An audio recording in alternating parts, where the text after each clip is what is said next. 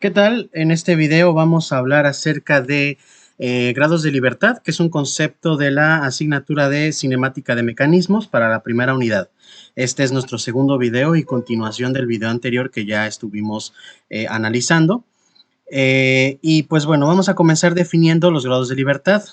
Ya habíamos dicho de manera breve qué eran los grados de libertad. Más o menos podríamos decir que es la capacidad de un objeto de moverse en los ejes coordenados o digámoslo de otra manera, en el espacio o en el plano.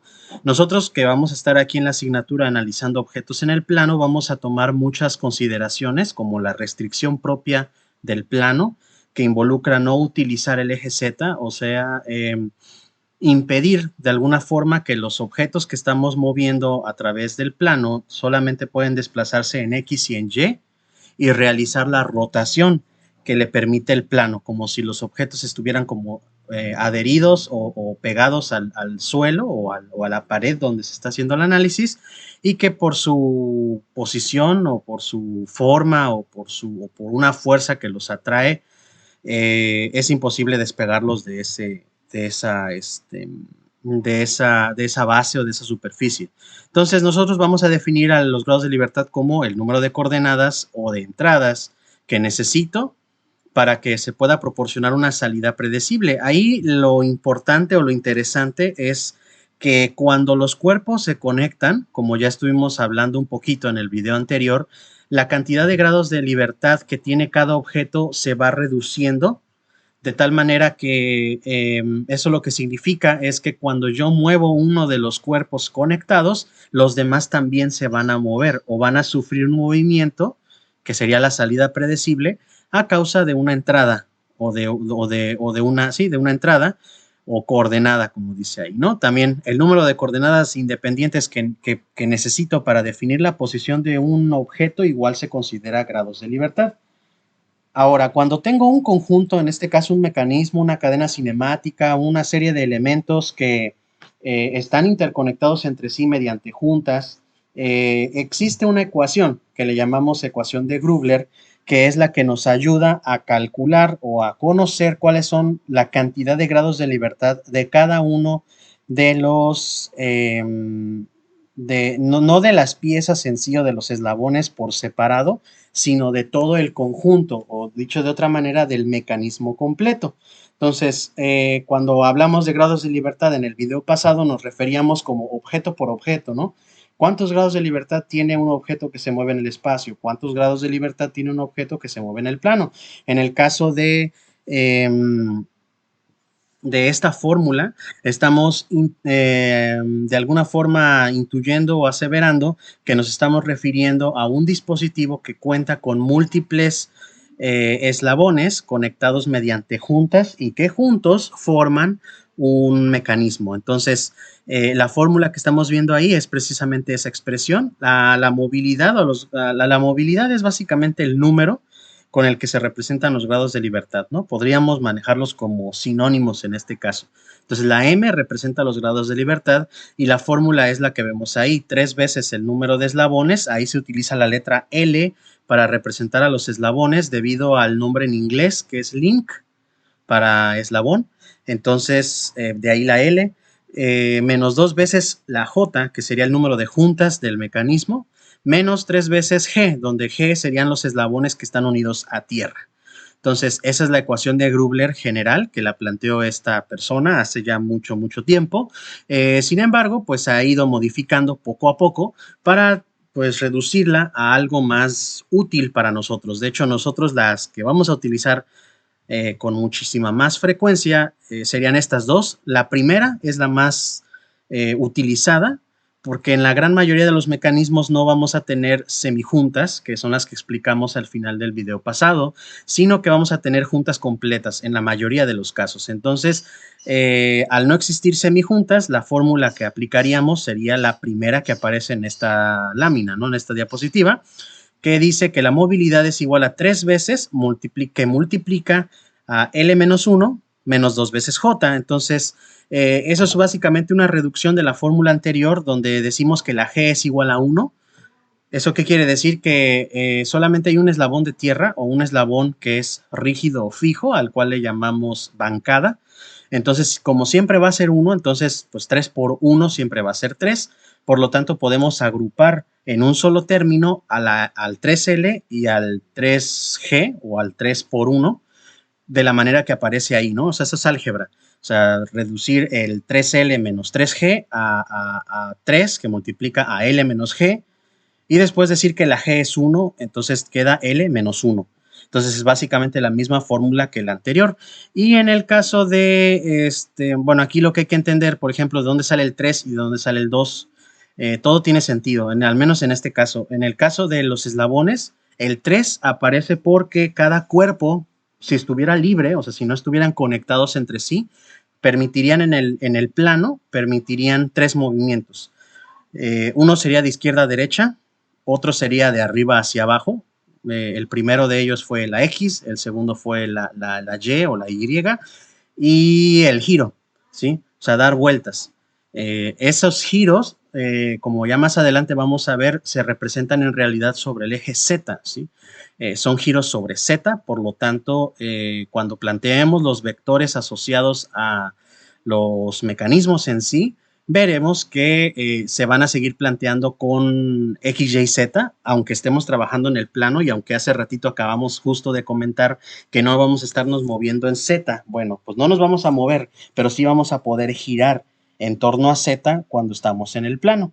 Entonces, bueno, regresando aquí al punto, son 3 movimientos que se permite por cada eslabón, asumiendo que están separados. Entonces, si yo en un mecanismo tengo 4 eslabones, pues el número máximo de movimientos separados que podrán tener esos 4 eslabones, pues serán 12, 3 veces el número de eslabones.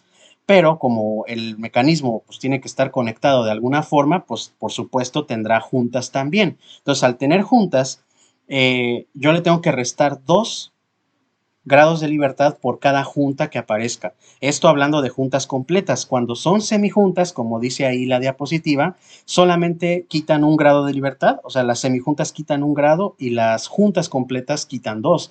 Entonces, si hubiera en un mecanismo semijuntas, tengo que utilizar la fórmula derivada, que es la que está abajo, que dice m igual a 3 que multiplica l menos 1, hasta ahí va igual la fórmula. Y de hecho el siguiente término también es igual que el anterior, ¿no? Dice 2 veces j, solo que en esta ocasión se le añade un subíndice, que se le llama, así se le llama el numerito que lleva abajo, que es J1, ¿sí?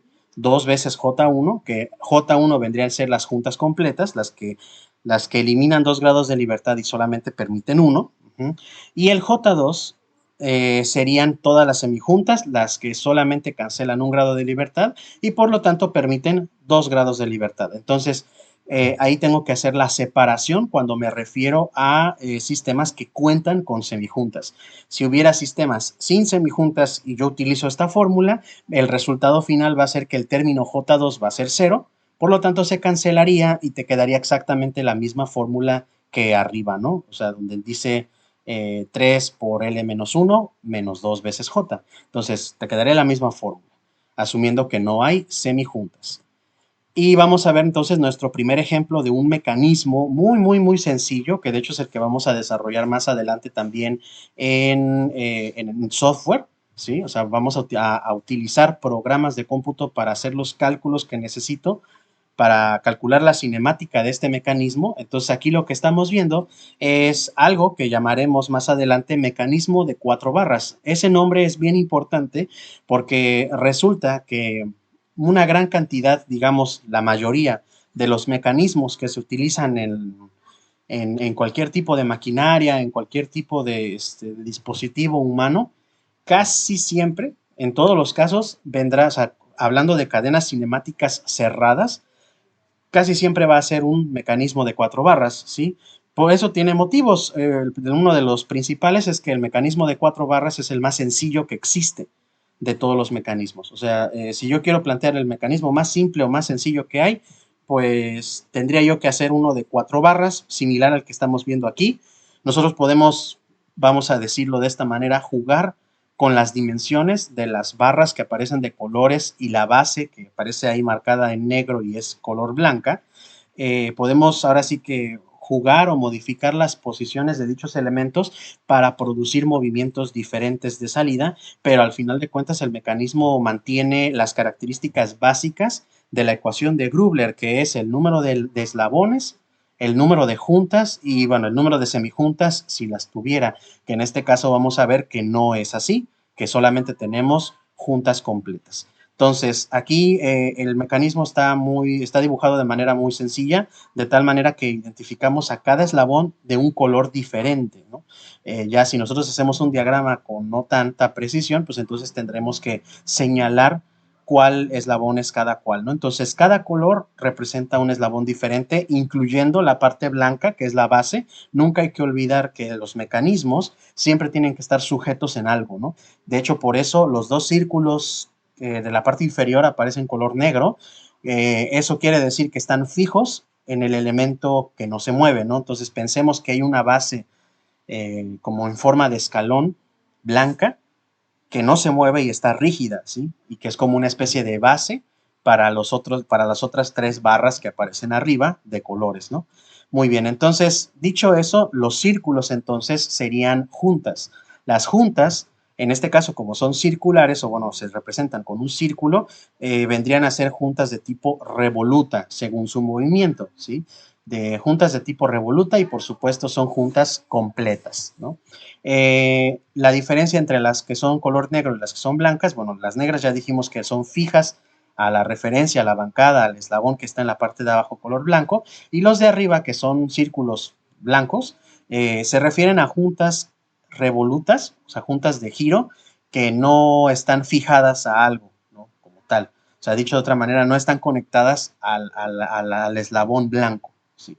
Entonces, aquí en la imagen ya se están viendo los diferentes elementos. Entonces vean que con números arábigos, o sea, con el 1, el 2, el 3 y el 4, estamos señalando los eslabones. Siempre por costumbre vamos a decir que el primer eslabón de un mecanismo va a ser la bancada o el elemento que está rígido o fijo. Como ya vimos en el video anterior, la bancada es el nombre que recibe el eslabón precisamente que está fijo a la referencia y que no se mueve.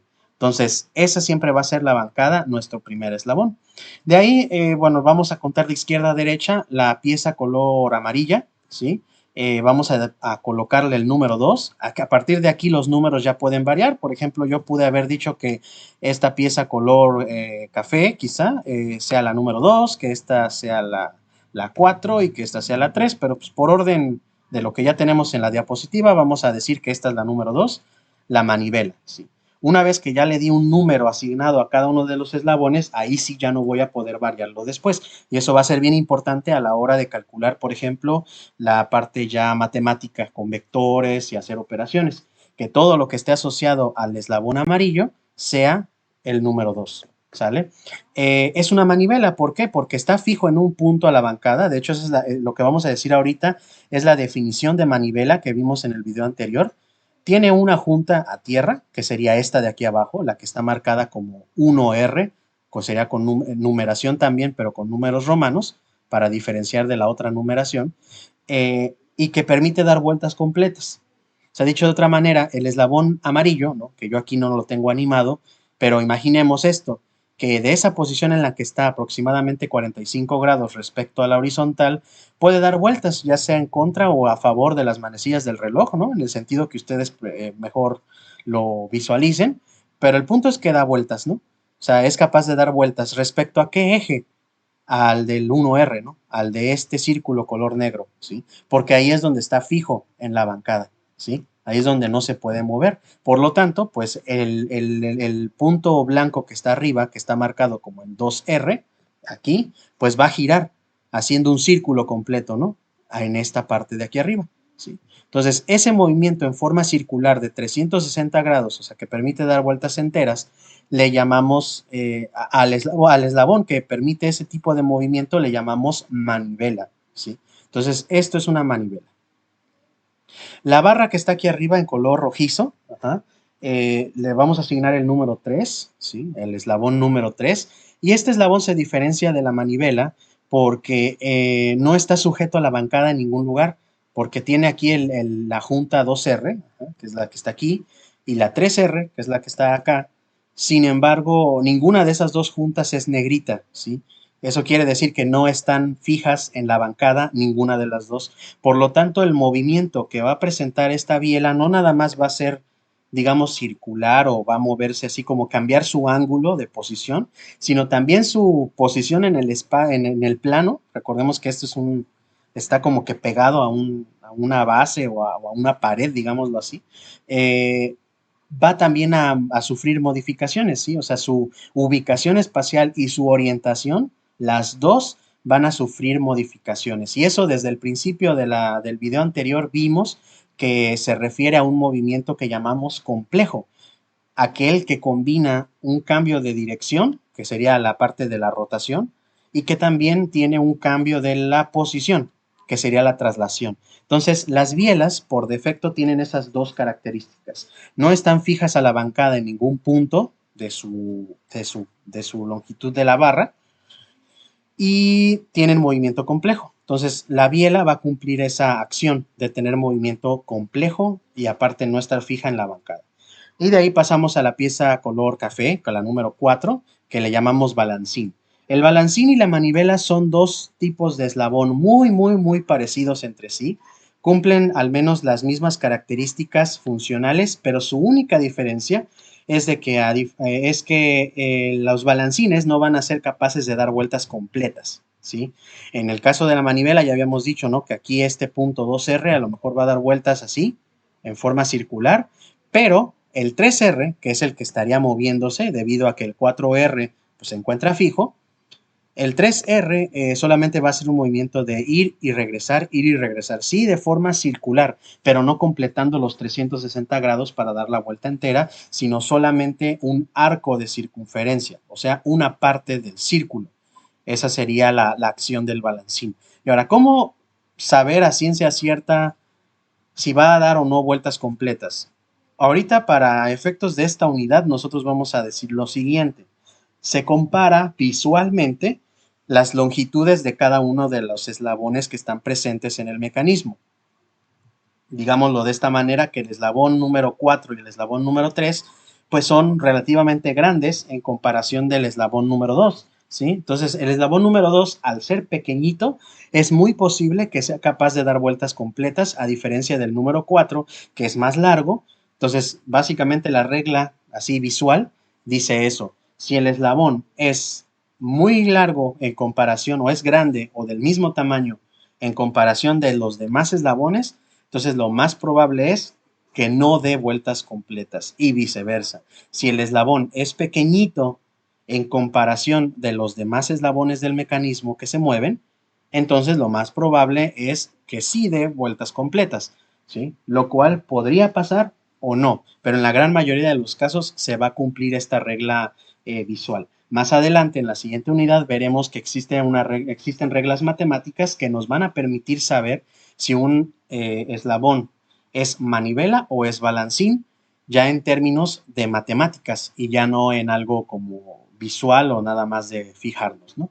Entonces, una vez completado el eslabón número 4 que se llama balancín, pues ya terminé de enumerar todos los eslabones y quedarían solamente las juntas, que ya están señaladas ahí, como ya habíamos mencionado antes, con números romanos y con una letra que le acompaña. Si se dan cuenta, pues las 4 tienen la letra R, a hacer referencia a las juntas de tipo revoluta, que ya habíamos visto una tabla en la clase anterior, donde por cada letra era un tipo diferente de junta.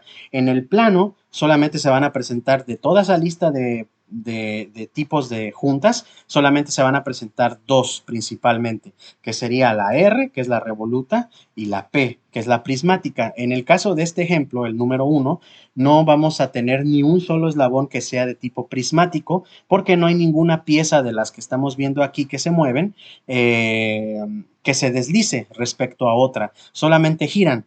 ¿Sí? Todas las piezas giran respecto a las demás, por lo tanto, pues el mecanismo en realidad no tiene juntas de tipo prismáticas. Por ahí entonces comenzamos la enumeración a partir del lado izquierdo hacia la derecha, con 1R, 2R, 3R y 4R, utilizando enumeración romana para no confundirnos con la otra enumeración. Entonces, esta es la cantidad de de eslabones y de juntas que contiene este mecanismo. Y con esta información ya podríamos calcular la cantidad de grados de libertad que posee este mecanismo, ¿sí?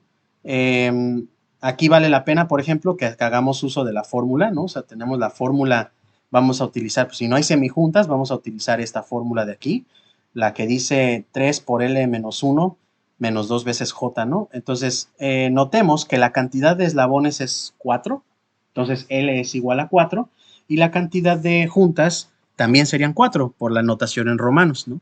Entonces, tanto L como J serían 4. Entonces, por ejemplo, en el primer caso diría 3 por L menos 1, ¿no? Entonces, L menos 1 sería 4 menos 1, 3, por 3, 9, o sea, el primer dato sería 9, y en la resta sería 4 veces, dos veces el número de juntas, ¿no? Que son 4 también, entonces 2 por 4 serían 8, y 9 menos 8 sería 1 grado de libertad, por lo tanto M sería igual a 1, y eso nos dice que el mecanismo completo que estamos visualizando aquí tiene solo 1 grado de libertad. Eso lo podemos ejemplificar de la siguiente manera. Si yo muevo, por ejemplo, la manivela número 2 o el eslabón número 2, eso va a provocar que tanto la biela como el balancín se muevan, ¿sí? Y al moverse esos dos eslabones, estoy obteniendo el movimiento completo de todo el mecanismo, dado que la bancada pues es fija y no importa qué movimiento haga yo de los demás eslabones de color, pues la bancada blanca siempre va a estar en donde debe estar porque por definición así lo fijamos, ¿no? Entonces, solamente un movimiento de un eslabón hace que todos los demás se muevan. Eso es lo que quiere decir que el mecanismo tenga un grado de libertad. Matemáticamente hablando, en la siguiente unidad veremos que un grado de libertad también quiere decir que en un sistema de ecuaciones, que vamos a tener X cantidad de ecuaciones y X cantidad de incógnitas, ¿no? El número de grados de libertad nos va a indicar cuántas de esas incógnitas tengo yo que dar como datos iniciales, o sea, decir, bueno, yo supongo que tal variable es igual a 3, ¿no? ¿Cuántas variables tengo yo que suministrar como datos de entrada para que el sistema pueda resolverse? O sea, dicho de otra manera, va a haber un sistema que va a tener menos ecuaciones que incógnitas, entonces los grados de libertad van a ser pues esas incógnitas que me hacen falta dar para que el sistema cuadre y tenga, por ejemplo, el mismo número de ecuaciones que de incógnitas y por lo tanto pueda solucionarse matemáticamente hablando, ¿sí? Entonces, esas son dos de las maneras en las cuales podemos visualizar un poquito más o ejemplificar los grados de libertad, ¿sí? Respecto a estos términos, ¿no? Ya sea en términos matemáticos o en términos visuales, ¿no? De movimiento. El segundo ejemplo que estamos viendo aquí es muy parecido al anterior. De hecho, si vemos bien, seguimos teniendo la misma cantidad tanto de eslabones como de juntas. Ahorita las vamos a enumerar ahí. Vean que solamente hubo un eslabón que cambió de forma, ¿no? El eslabón color cafecito o moradito, el más oscuro, dejó de ser una barra con dos círculos en sus extremos y se convirtió como en un cubito. Y aquí es donde se va a presentar por primera vez la junta de tipo prismática, que es la de deslizamiento. Ese eslabón, pues ahorita lo vamos a explicar. Bueno, esa junta más bien la vamos a explicar en un momento. Entonces, ahí ya tenemos la enumeración ya lista, ¿no? Ahí la bancada, por ejemplo, ya aparece como en un recuadro completo para no confundirnos tanto respecto a qué es la bancada, ¿no? O sea, entonces la bancada sería este eslabón color blanco que está en la parte en forma de L abajo, ¿no?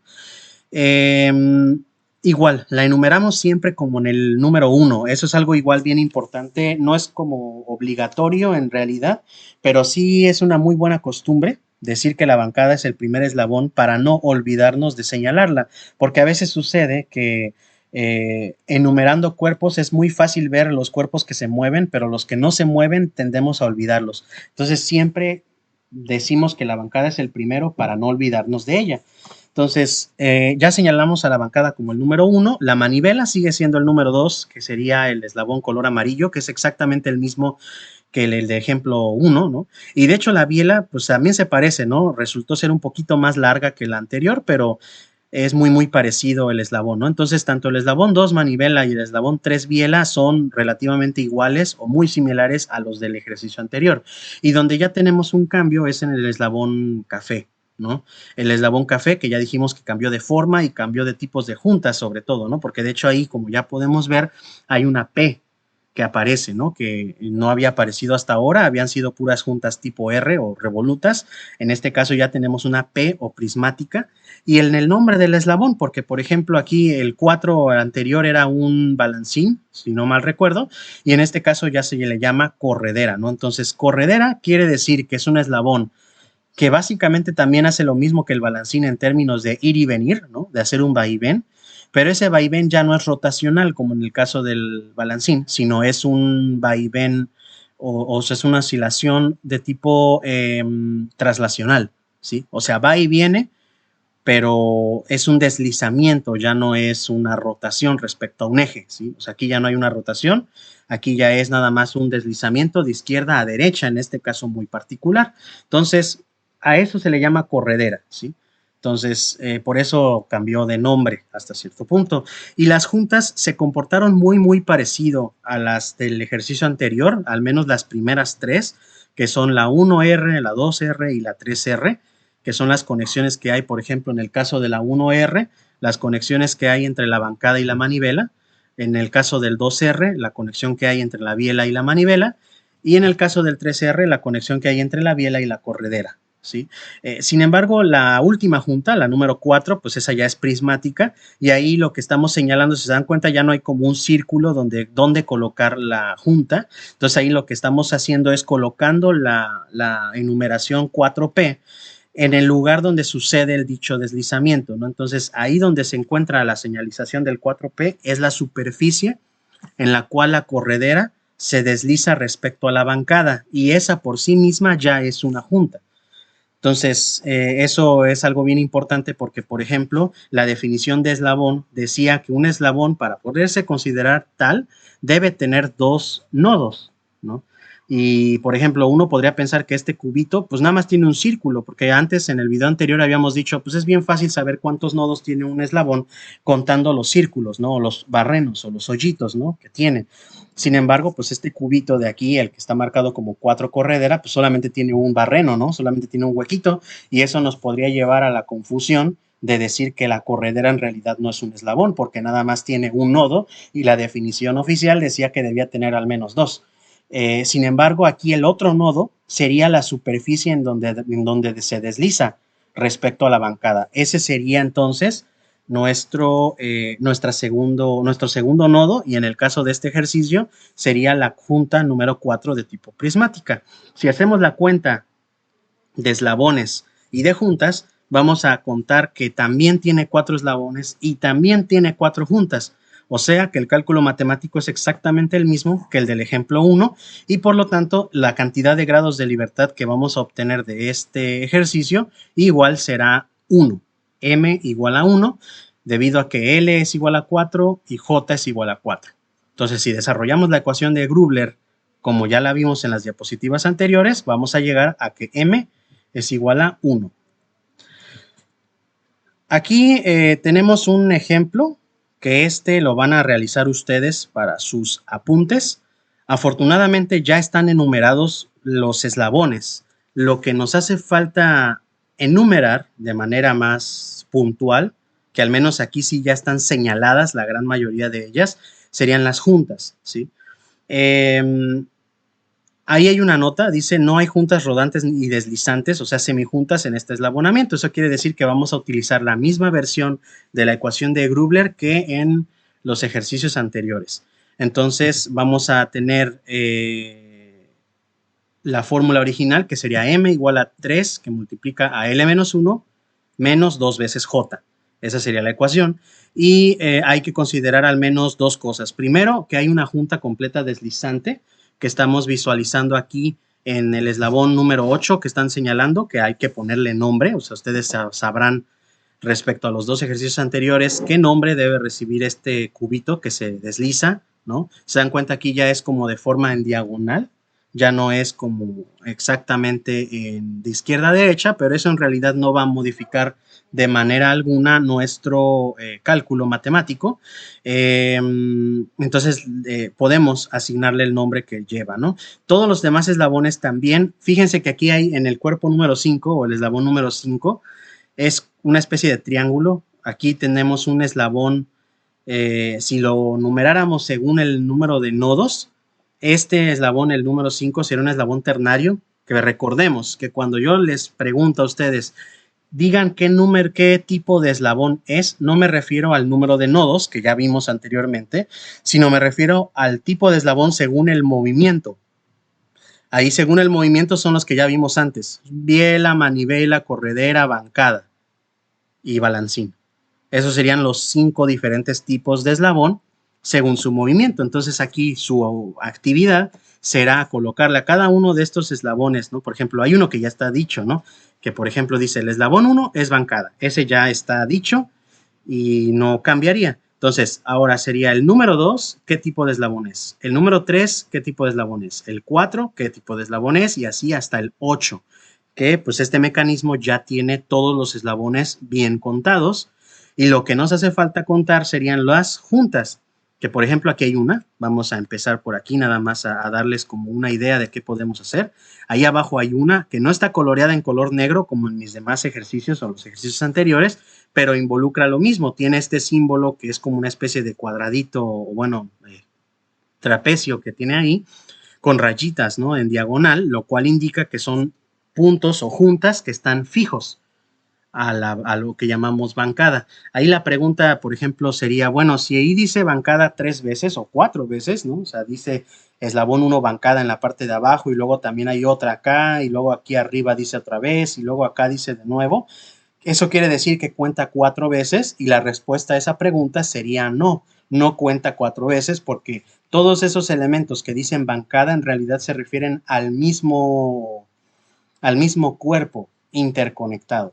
Piensen que esta bancada a lo mejor es una especie de pared donde todo este mecanismo está empotrado, y que en alguna parte de su forma cuenta con barrenos en todos los lugares donde está indicado de tipo rotacional, y donde está indicado de tipo prismático, pues sería entonces un pequeño, una pequeña barra adherida a dicho cuerpo que permite el deslizamiento, ¿no? Del cuerpo número 8, del eslabón número 8 respecto a la bancada. Entonces, solamente cuenta una vez, y por lo tanto la enumeración de eslabones es correcta. Ahora, en juntas solamente hay una parte interesante donde tenemos que hacer una adecuación que no hemos visto hasta ahora. Es en este lugar donde dice aquí junta múltiple. ¿Qué es una junta múltiple? Una junta múltiple es un lugar donde se interconectan no nada más dos eslabones, sino más eslabones. De hecho, aquí podemos ver que el eslabón número 5, que es el que tiene forma de triángulo, se conecta no nada más con el eslabón 3, sino también con el eslabón 4, y los 3 eslabones coinciden en el mismo punto, en la misma junta. ¿Qué sucede en ese momento? Se van a considerar en ese punto la cantidad de juntas que que eso involucra, que es una junta múltiple. O sea, eso quiere decir que hay varias juntas en ese punto, y la cantidad de juntas va a ser igual al número de eslabones que se conectan ahí menos 1. Esa es como una regla. La cantidad de eslabones que se conectan en el punto menos 1. En este caso, por ejemplo, pues si aquí hay 1, 2 y 3 eslabones que se conectan aquí, el número de juntas que hay en este lugar serían 2 juntas. O sea, cuando haga la enumeración, pensemos que voy en que aquí digo, no, pues esta es la 1R, esta es la 2R, y me salto a esta, pues aquí sería la 3R y la 4R. O sea, tendría que haber 2 juntas ahí, debido a que hay 3 eslabones que se conectan en ese lugar, y al menos en este ejemplo es el único lugar donde ocurre ese fenómeno. En todos los demás siempre serán 2 los eslabones que interconectan las juntas, y por lo tanto no hay necesidad de realizar ese cálculo de junta múltiple, que es algo muy simple en realidad. Básicamente esta cuenta por 2, ¿sí? Cuenta 2 veces como una junta, ¿sí?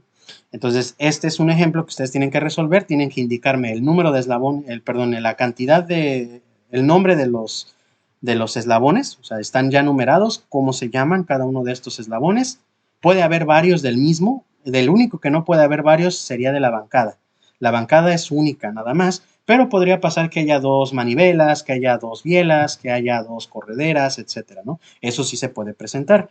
Y también tienen que decirme dónde están y cuántas juntas hay en el mecanismo y de qué tipos son. Entonces vamos a usar esa misma notación en romanos para irlas enumerando y ponerle su R o su P, dependiendo si la junta es de tipo rotacional o es de tipo prismática. Entonces, una vez hecho este cálculo, digo cuánto valen mis grados de libertad en función de la fórmula que acabamos de aprender en diapositivas anteriores.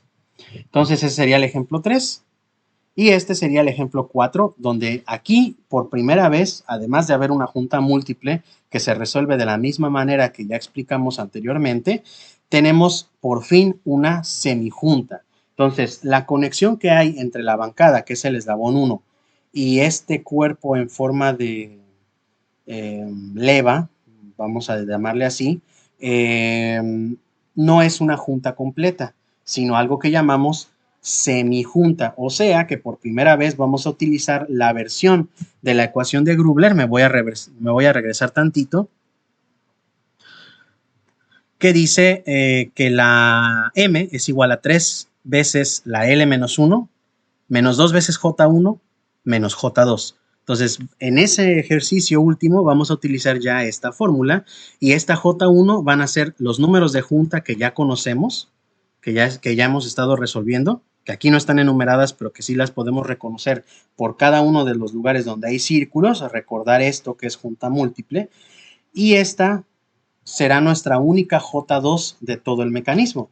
O sea que para sustituir en la fórmula, pues por ahí hay que considerar que existe una semijunta. Entonces, esos son dos ejercicios que ustedes van a hacer para sus apuntes.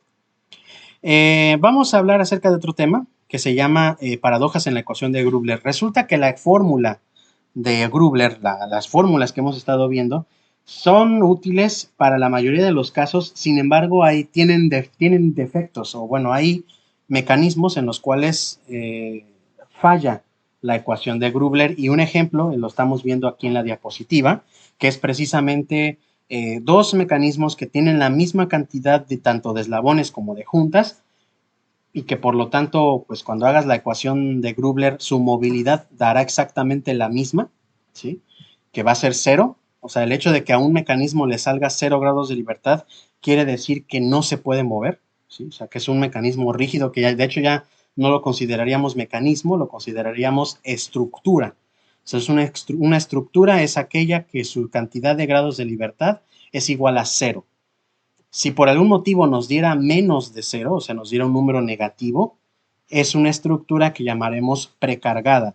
Una estructura precargada es aquella que por su forma y por la manera en la que están interconectadas los eslabones entre sí, ya tiene que soportar cargas internas sin ponerle cargas por fuera. O sea, por su mera forma, geometría y conexión, ya está cargada y por eso se le llama precargada, que obviamente, por ejemplo, un ingeniero en estructuras buscaría que su estructura no esté precargada, ¿no? Sino que sea una estructura con 0 grados de libertad para que pues resista más, ¿no? Como tal.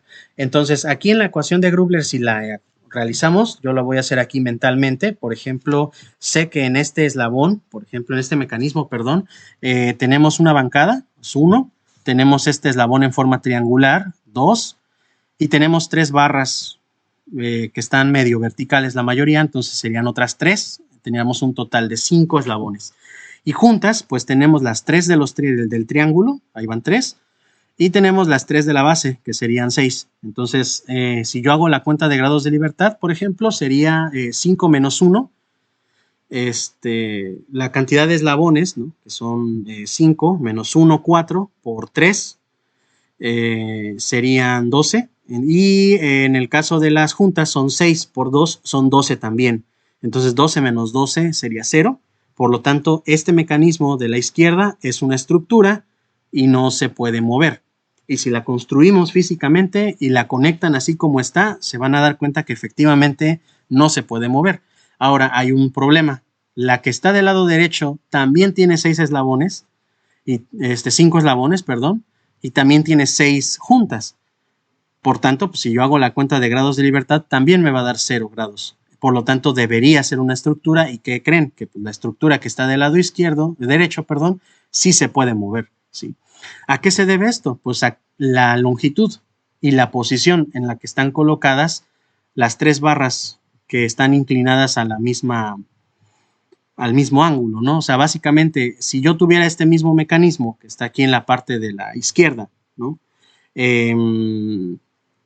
Bien alineado, ¿no? O sea, donde las bases o los barrenos que están en las bases estuvieran a la misma altura, los 3 eslabones fueran de la misma longitud y estuvieran dispuestos de manera que no, que sean, ¿cómo se le dice?, paralelos entre sí, o sea, vean que estas 3 barras son paralelas. Si cumpliera yo esas características muy, muy exactas al pie de la letra, voy a obtener un dispositivo que se va a poder mover, que es este de aquí, ¿sí? Aunque su cuenta de grados de libertad de 0, ¿sí?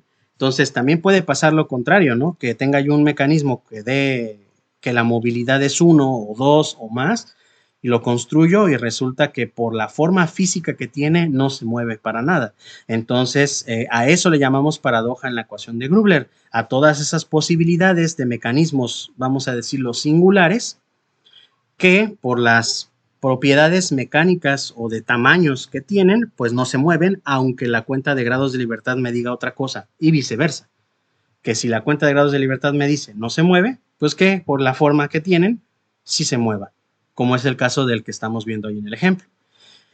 Siguiendo con más acerca de mecanismos, tenemos algo que se llama síntesis de número, ¿no? Entonces, nosotros hemos hasta la fecha hecho como una especie de análisis de mecanismos en el sentido de que el mecanismo ya existe y yo lo analizo. Sin embargo, hay veces donde más bien lo que yo tengo es una trayectoria y una cantidad de movimientos que yo quiero, o sea, dicho de otra manera, tengo el resultado, que sería la cuenta de grados de libertad, y mi objetivo es decidir qué mecanismo, o sea, con cuántos eslabones y con cuántas juntas debe tener para lograr esa cuenta de grados de libertad, ¿sí? Entonces, es lo que dice ahí. La síntesis de número es determinar el número y orden de los eslabones y juntas que necesito para producir un grado de libertad particular o un grado de movilidad en particular.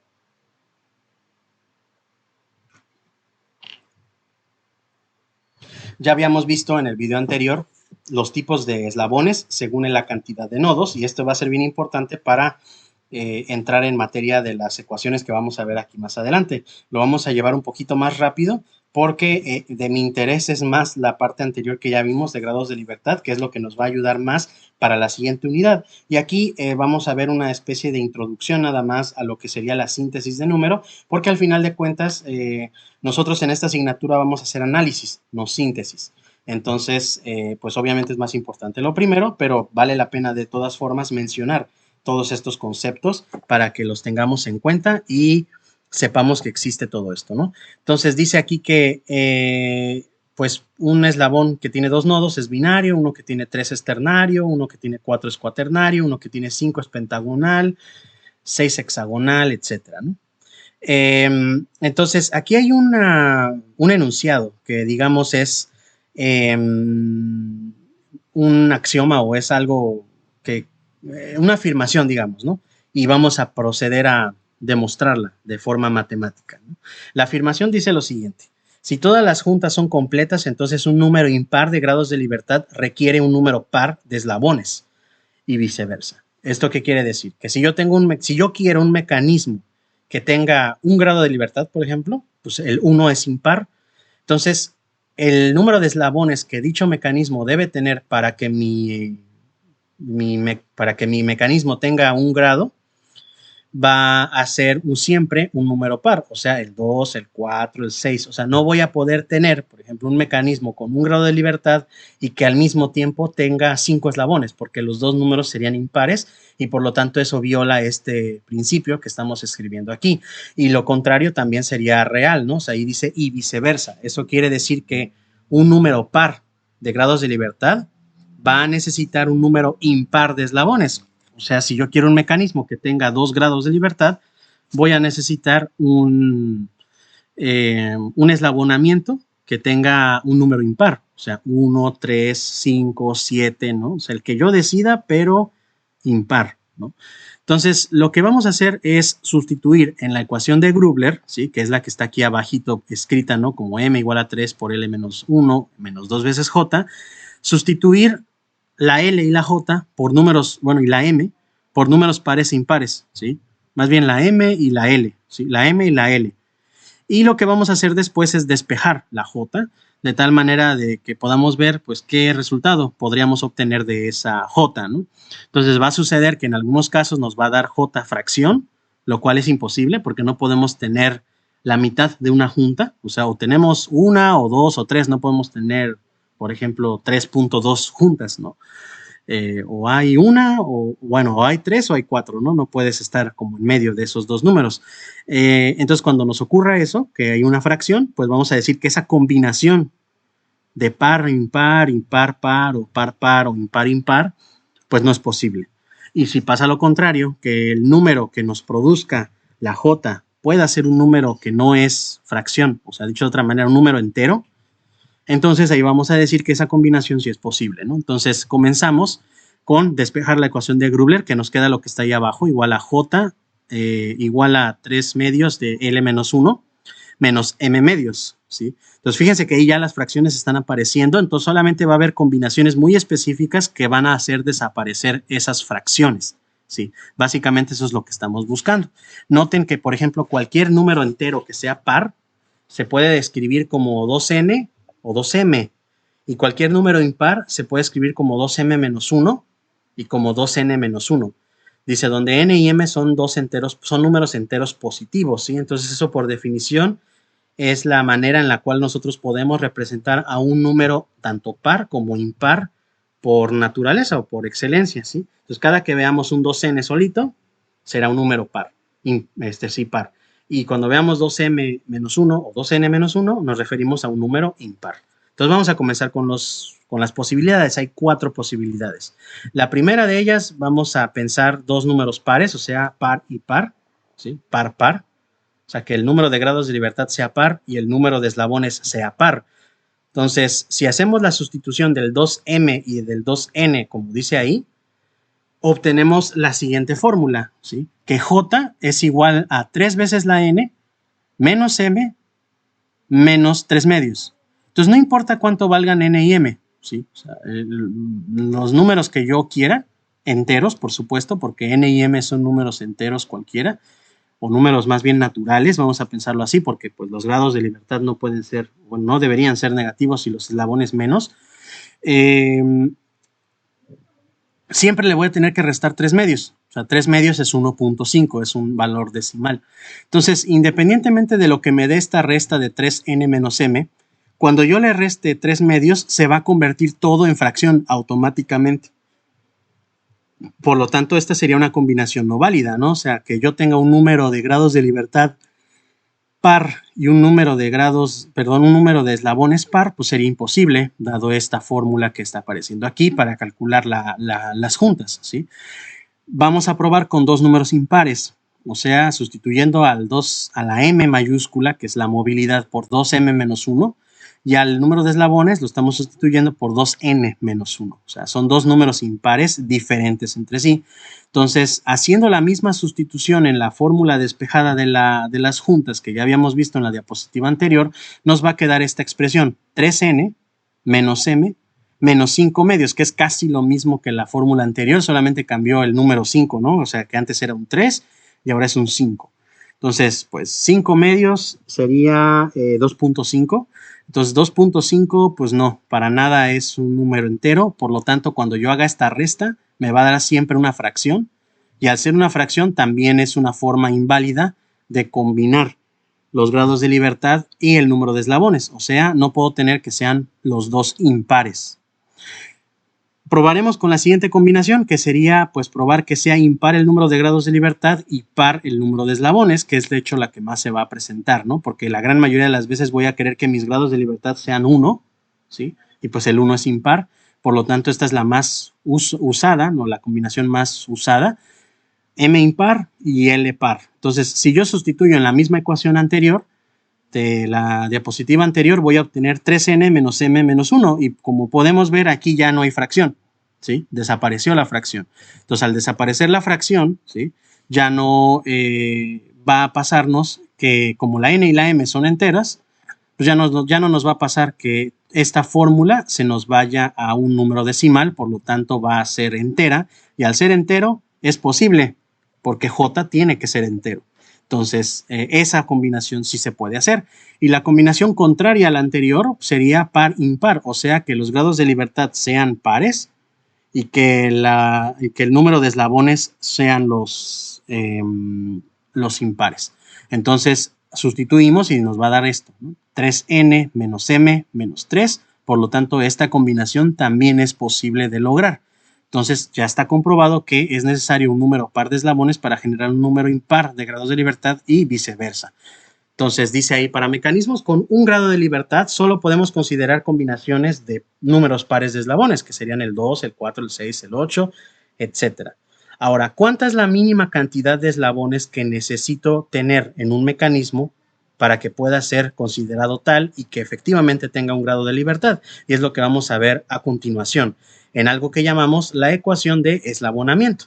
Entonces, la ecuación de eslabonamiento es básicamente la que aparece ahí abajo, ¿no? O sea, el número total de eslabones siempre tiene que ser la suma de cada uno de los diferentes tipos de eslabones según el número de nodos que existan. Entonces, aquí la B mayúscula, la B labial o la B de burro, como luego le dicen, ¿no? Que pues en realidad, pues la otra letra no es la B de vaca, es la V, ¿no? Entonces, es la B. O sea, cuando uno dice B, nos referimos a esa letra B que aparece ahí, ¿no? Entonces, la B es los eslabones binarios o la cantidad de eslabones binarios, la T, la cantidad de eslabones ternarios o de 3 nodos, la Q de cuaternarios o de 4 nodos, y la P y la H, pues pentagonal y hexagonal, y nos podríamos continuar a todos los demás, solo que pues ya mientras más nodos tengan, es menos común que aparezca un eslabón que tenga tantos nodos, ¿no?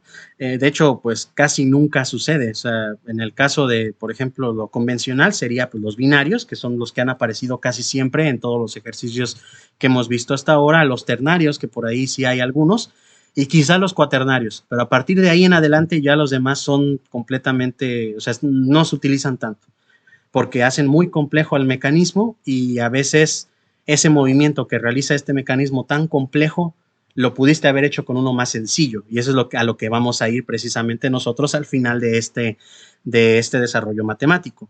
¿Cuál sería lo más simple? Entonces, la L, que sería el número de eslabones o los links, sería la B más T, más Q, más P, más H, etcétera, ¿no? Todos los demás eslabones que tengan un orden mayor que los que están mostrados ahí en la imagen. Dice, como requiero 2 nodos de eslabón para formar una junta, entonces yo sé que las juntas es el número de nodos dividido entre 2. Aquí pensando en que el mecanismo no tiene juntas múltiples, porque si tiene juntas múltiples, ahí va a pasar que no se va a cumplir esa fórmula, ¿no? O sea, esta fórmula solamente sería válida para eslabonamientos o mecanismos que no tienen juntas múltiples, ¿sí? El número de nodos, si yo lo divido entre 2, me debe dar el total de juntas, que es una fórmula que no habíamos utilizado hasta ahora. Entonces, dice aquí que el número de nodos siempre va a ser el orden de cada eslabón multiplicado por el número de eslabones de ese grado, ¿sí? Entonces, aquí hay que hacer mentalmente al menos puedo yo hacer una observación, ¿no? En el sentido de que, por ejemplo, ¿cuántos nodos tendrá un mecanismo que tenga 4 eslabones que sean binarios los 4? O sea, si yo tengo 4 eslabones binarios, pues cada eslabón binario por sí mismo tiene 2 nodos, ¿no? Entonces, si son 4, pues lo lógico es que sean 8 nodos, ¿no? Entonces, ¿cómo hice esa operación mental? Pues agarré el número 2, que es el número de nodos que tiene un eslabón binario, y lo multipliqué por la B, que es el número de eslabones de ese grado, que es lo que dice ahí. La cantidad de nodos es igual al orden de cada eslabón multiplicado por el número de eslabones que tiene en ese grado, ¿sí? Entonces, la fórmula para calcular los nodos sería esta que está en la parte de arriba o en el numerador de la fórmula de J, ¿sí? 2 veces, porque el 2 es la cantidad de eslabones que tiene de nodos, perdón, que tiene un eslabón binario, 2 veces la B, más 3 veces la T, porque un eslabón ternario, cada uno tiene 3 nodos, más 4 de cada cuaternario, más 5 de cada pentagonal, más 6 de cada hexagonal y etcétera, entre 2. Es entre 2, ¿de dónde salió? Pues de la fórmula anterior, ¿no? Que habíamos dicho que la J era igual al número de nodos dividido entre 2, ¿no? Entonces tengo esta fórmula, ¿sí? De J, ¿sí? Entonces ya tengo dos fórmulas que utilizan la B, la T, la Q, la P y la H, ¿sí? Tanto para las juntas, que es esta, como para los eslabones, que es la que vimos en la diapositiva anterior, esta de aquí abajo, la que dice L igual a B más T más Q más P más H. Por lo tanto, ambas las puedo sustituir en la ecuación de Grubler, que es esto que estoy viendo aquí, ¿no? O sea, este B más T más Q más P más H se refiere a la L, y todo esto que está entre paréntesis aquí se refiere a la J. Entonces, si yo hago una distribución algebraica, o sea, multiplico el 3 por B, 3B, más 3T, más 3Q, más 3P, más 3H, menos 3, y luego le resto menos 2 entre 2, pues se cancelan y te quedaría menos 2B, menos 3T, menos 4Q, menos 4P, menos 4H, y yo agrupo los términos semejantes, me va a quedar la siguiente fórmula, que la movilidad es igual al número de eslabones binarios menos el número de eslabones cuaternarios menos 2 veces el número de eslabones pentagonales menos 3 veces el número de eslabones hexagonales menos 3. Y fíjense que la T, pues como aquí había sido 3 veces T en la primera fórmula, aquí arriba 3 por T, 3T, y aquí sería menos 3T, pues menos 3T menos 3T se cancela y queda 0 veces T, o sea que la T, los eslabones ternarios, dice aquí, se eliminaron. Y es por eso básicamente que se utilizan los eslabones ternarios, porque los eslabones ternarios no figuran en la ecuación de movilidad. O sea, por sí solos no agregan grados de libertad, ni quitan grados de libertad. Eso es lo que significa que en la fórmula de M, que está aquí abajito, no aparezca la T, ¿sí? Y es lo que aquí dice. Los eslabones ternarios no influyen en los grados de libertad de un mecanismo, ¿sí? Cada eslabón de ese tipo genera 3 juntas entre 2, porque pues tienen 3 nodos. Entonces no puedo agregar a un eslabón, a un eslabonamiento o a un mecanismo solamente un eslabón ternario, porque solito pues generaría una cantidad de juntas fraccionaria, que dijimos que eso no es posible. Entonces tengo que agregar estos eslabones en parejas, siempre en parejas. Entonces, para que haya una pareja de eslabonamientos de estos, pues ya serían en conjunto, serían 6 nodos, de los cuales sí puedo dividir entre 2 y me van a quedar 3 juntas adicionales.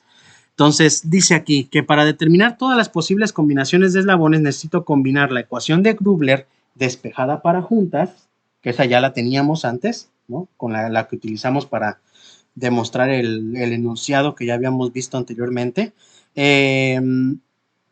con el número de juntas que calculamos mediante los eslabones, ¿sí? O sea, 3 medios de J, de L-1, menos 2 veces M es igual a J, ¿no? Donde J es todo esto.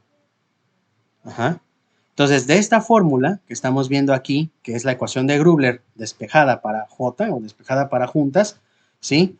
Podemos básicamente cancelar todos los medios porque todos los términos están divididos entre 2.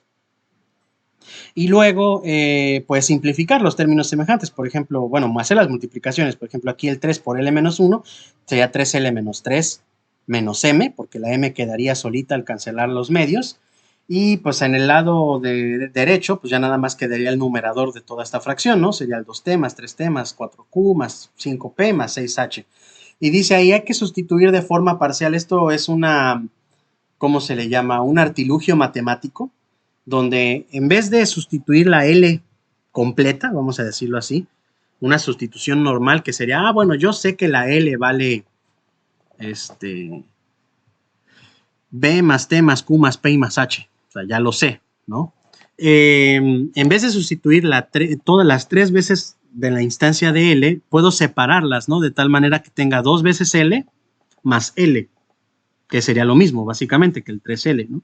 Entonces, una vez que lo dividí en 2L más L, solamente voy a sustituir el 2L y la otra L la voy a dejar sin sustituir, que es lo que estamos viendo aquí abajo. Y bueno, previo a una reducción algebraica que ustedes podrían desarrollar ahí en sus apuntes si ustedes gustan, vamos a obtener L menos 3 menos M igual a T más 2Q más 3P más 4H.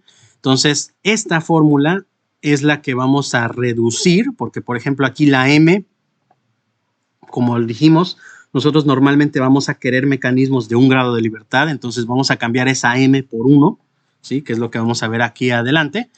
Entonces, pues era menos 3 menos 1, va a ser menos 4, y esta fórmula es vital para entender lo que vamos a ver adelante. L menos 4, ¿sí? Es igual a T más 2 veces la Q, más 3 veces la P, más 4 veces la H. No perdamos de vista que la T, la Q, la P y la H son o representan la cantidad de eslabones de cada orden según el número de nodos. La T sería de eslabones de 3 nodos, la Q eslabones de 4 nodos, la P eslabones de 5 nodos y la H eslabones de 6 nodos. Y la fórmula se podría extender para 5 veces los heptagonales más 6 veces los octagonales y así sucesivamente, ¿no? Pero bueno, ahorita no van a ser necesarios porque de hecho dice aquí, pensamos en 2 eslabones. ¿Por qué estamos sustituyendo la L igual a 2? Porque recordemos, lo que queremos encontrar es cuántos eslabones necesito en un mecanismo para que mi mecanismo en sí tenga un grado de libertad. Entonces, como ya hay una regla que acabábamos de ver apenas, ¿no?, que dice que cada mecanismo, si quiero tener un grado de libertad impar, necesito un número par de eslabones, pues entonces no voy a comenzar con L1. ¿Por qué? Con L igual a 1. ¿Por qué? Pues porque 1 sería otra vez impar y se daría esa combinación impar-impar que ya dijimos que no es válida. Entonces vamos a empezar con puros números pares, el más pequeño de ellos, que sería el 2. Entonces dice ahí, si pensamos en 2 eslabones y yo sustituyo la fórmula, nada más por sustituir del lado izquierdo, que sería el L menos 4, pues si la L es 2, sería 2 menos 4 igual a menos 2, ¿sí? Ya del lado izquierdo nos daría menos 2, que es este número que está aquí puesto acá. Y ahí hay un problema vital. Si yo digo que esta suma de números enteros positivos es igual a un número negativo, pues es imposible, ¿estamos de acuerdo? O sea, no hay forma alguna en el que yo le ponga números a la T, a la Q, a la P y a la H que sumados me den un número negativo debido a que todos son positivos y se están sumando, ¿sí? Entonces, esta suma siempre debe dar, lo mínimo que podría dar sería 0, ¿no? Porque, o sea, en un caso muy extremo donde los 4 elementos sean 0, pues la suma sería 0. Entonces, si aquí hubiera un 0, pues se puede. Pero en este caso no, porque te da un número negativo y por lo tanto dice aquí es imposible que L sea igual a 2. Dicho de otra manera, no puedo generar un mecanismo de un grado de libertad que tenga solo 2 eslabones. No existe, ¿sí? O no se puede considerar mecanismo. Entonces vamos a intentar con el siguiente número par, que sería el 4, ¿sí? Entonces con el 4 resulta lo que acabamos de mencionar. De hecho, dijimos L menos 4, pues si L es 4, sería 4 menos 4 igual a 0. Por lo tanto, pues la única combinación en la cual la T, la Q, la P y la H sumadas de esta manera me den 0 es que las 4 sean iguales entre sí y que al final sean igual a 0. 0 menos, más 2 veces 0, más 3 veces 0, más 4 veces 0 debe ser igual a 0 y por lo tanto ahí ya se cumplió para una combinación la fórmula. Entonces, L igual a 4 quiere decir que, o sea, si quiero que mi mecanismo tenga 4 eslabones y un grado de libertad, entonces no debe tener eslabones ni ternarios, ni cuaternarios, ni pentagonales, ni hexagonales y por supuesto ninguno de orden mayor a estos, ¿sí?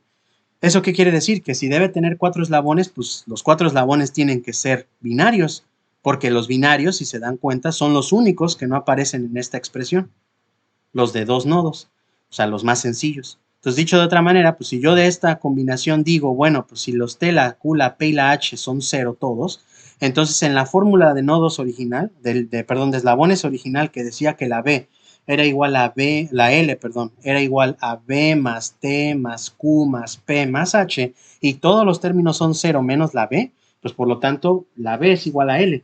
Entonces si la L es 4, pues el número B es 4 también. Por lo tanto, esta es la única combinación válida. Si quiero 4 eslabones, los 4 eslabones deben ser binarios y por lo tanto a esto es a lo que llamamos mecanismo de 4 barras. Entonces aquí ya matemáticamente hablando encontramos la definición de un mecanismo de 4 barras que es como los que ya acabamos de ver en los primeros 2 ejemplos donde venían barras de colores, ¿no? Los dos eran mecanismos de 4 barras porque la L era igual a 4 y si ustedes no mal recuerdan, todos los eslabones que ahí aparecieron eran binarios precisamente. Entonces, para tener un eslabón, un mecanismo, perdón, de un grado de libertad, necesitamos 4 eslabones y que los 4 eslabones sean binarios. Ninguna otra combinación nos va a producir un mecanismo más sencillo que este que estamos viendo.